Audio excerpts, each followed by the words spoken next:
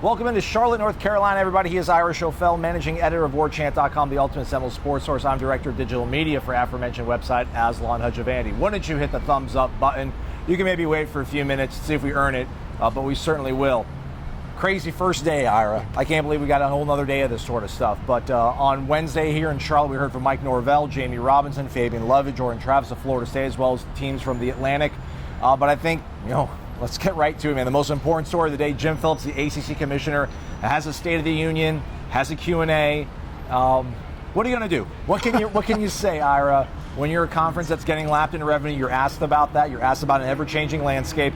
Listen, I appreciate his message. I thought it was a populist sort of message talking about we are under attack from, forces outside of our control that want to change the landscape of college football. College sports is a beautiful thing. It's unique to America.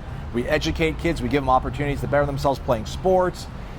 But hey, man, I don't know. There's other places doing that too, and they're making millions, hundreds more than you are. How can you sustain that? I don't know. What do you take away from Jim Phillips, and at least a positive message to try to rally people around the fact that college sports is changing. We don't want to go down that road, but we're so far down that road. Yeah, and I think that message might have resonated to some people if it had been given 10 years ago or 20 years ago. But and he goes, I don't want to sound Pollyanna. It's like, well, dude, you kind of sound really Pollyanna at this point. We all know what's happened in college athletics. Heck, there's a reason the ACC went and poached teams from the Big East 10 years ago. And this has been going on for a long time. So to sit there and say now, hey, we don't need two gated communities. We need everybody to be inclusive, and this can't all just be about football and basketball. Again, man, that sounds nice enough in theory, but this is the real world, and people have looked at the projections, and the bottom line is Mike Norvell in Florida State, Dabo Swinney in Clemson, probably the coaches across the conference, most of the coaches across the conference want to be in that gated community because they want to have the beautiful practice facilities and be able to pay coaches top dollar and to compete with the best of the best. Nobody, maybe one school, maybe one or two schools in the ACC would be comfortable with the idea of being in like a second tier where it's a completely different economy than the SEC and the Big Ten, but everybody else wants to be in that community. So from that reason, I just think it really felt very tone deaf. Again, I appreciate it to a certain degree, but I looked at social media, man. I looked at our Warchant.com message boards, and nobody was buying. And again, I understand. He says I'm not trying to be Pollyannish. I live in the real world. But it's like, how can you can't have both in this situation? But to that point, I guess, like, what could you do in this position as him? I mean, he did mention everything is on the table. He was asked, and very forcefully, about grant of rights and how the fact that the SEC, Big Ten were able to poach those programs, whether it's Texas and Oklahoma or Southern Cal and UCLA, because their contracts, their TV rights, their grant of rights was coming up.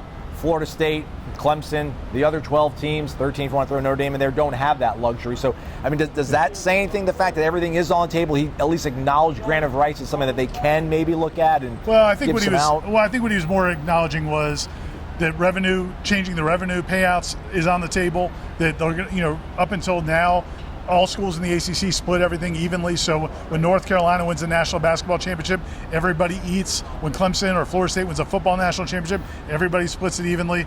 He acknowledged there's been a lot of reports lately that the ACC is going to examine that and see if maybe the schools that bring in the most money and have the most success might get a bigger cut. And he acknowledged that that's on the table too. He also acknowledged that expansion's on the table. So on the one side, he's saying, look, we need to look out for the best interest of the sport. It's not just about, or in college athletics in general, not just about football. But on the other side, he said he's not ruling out expansion either. So, hey, any of those Pac-12 or Big 12 schools that might want to look for a new neighborhood, maybe the ACC might be your place too. We'll certainly have more thoughts and opinions on that. Ira, myself, and Tom Lang will be on Wake Up Warchant, so we'll be on the lookout for that. Let's talk about Florida State now. Again, Mike Norvell, Fabian Lovett, Jamie Robinson, Jordan Travis were the representatives for Florida State University in here. Man, we got them in the ballroom, we got them in a breakout room, we got them in a 15-minute sit-down with just the local media and everything. Let's start, I guess, with Mike Norvell, just the way he kind of presented the program, says success is coming, it's on the horizon, I guess.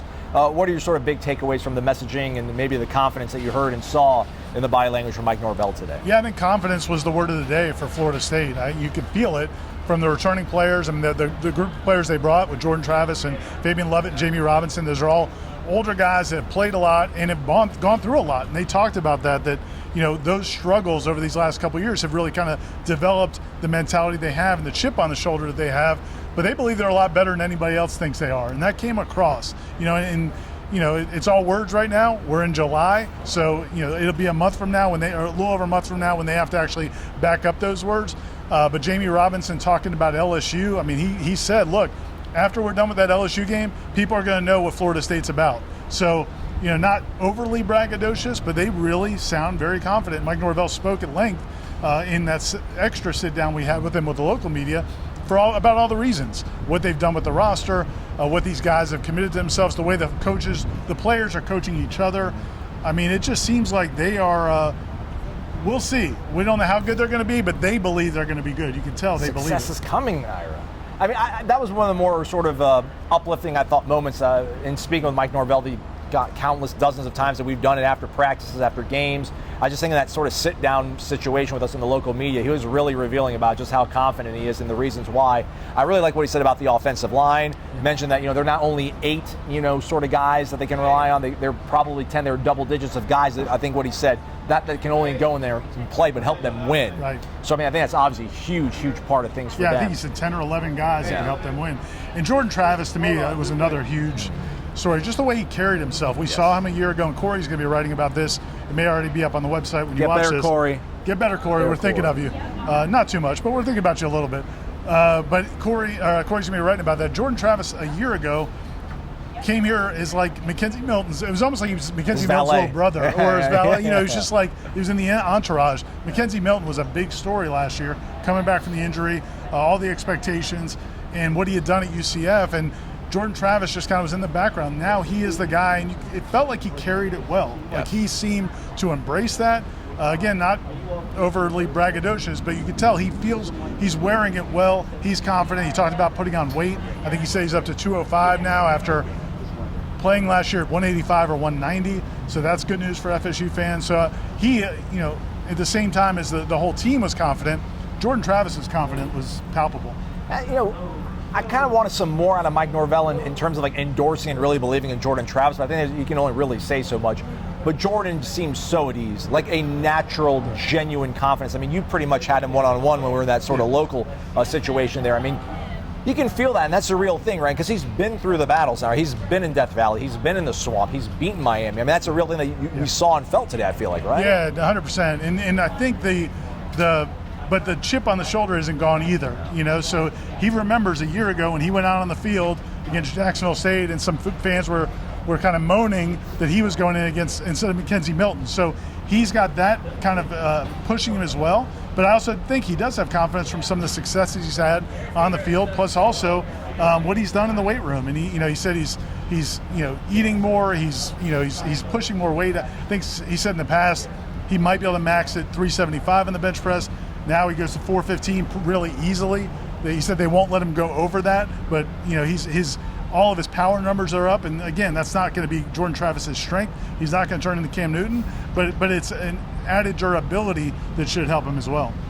Another big thing I thought he was asked, that is Mike Norvell was asked about Winston Wright, who is the most sort of accomplished wide receiver they did bring in the portal. I just want to make sure I got my phone out with some of the notes. I mean, he said, quote, he's doing great. He is, quote, well advanced in his rehabilitation, and speaking with the trainers, they've all agreed that he is going on his own unique path just because of how far along he is, and that kind of echoes what you've been hearing now. Yeah. We should have believed him all along.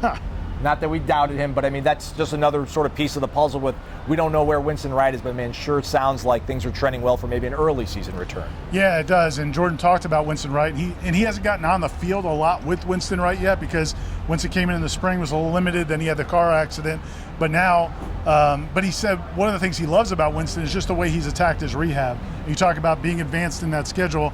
Jordan says if you go in the training room at any time of day, Winston Wright is in there rehabbing. I mean, he is, he wants this to be his money year. He doesn't want to redshirt this season and come back next year.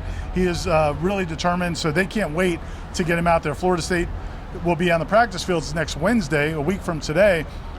We don't think Winston Wright necessarily might be 100% by then, but it sounds like it's getting closer. All right, so they report Tuesday. So yes. Less than a week, they'll report. Season's here, man. Yeah. The season is here, everybody.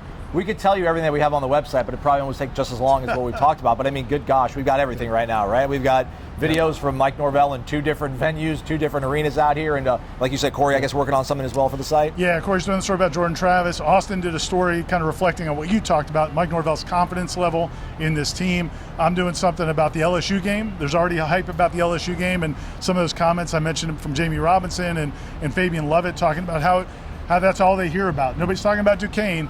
So they need to kind of focus on that, but they're hearing, they already know what a big game LSU is, so that's a big focus. Got plenty more coming about the defense and all the changes there, and as you said, what they've done with the offensive line and other positions. So plenty of coverage. We'll be here again tomorrow early in the day, but we'll have coverage from ACC Kickoff rolling out on Warchant over the next several days. Yeah. Tom Lang here as well, helping out Jeff Cameron's show. Check out the replay of that as well. He'll be with us on Wake Up Warchant. Subscribe to that, everybody. Subscribe to our YouTube page with the thumbs up and all that sort of good stuff. And yeah, we're here, Charlotte, North Carolina. For Ira, I'm Aslan. Thanks for watching, everybody. Have a great one.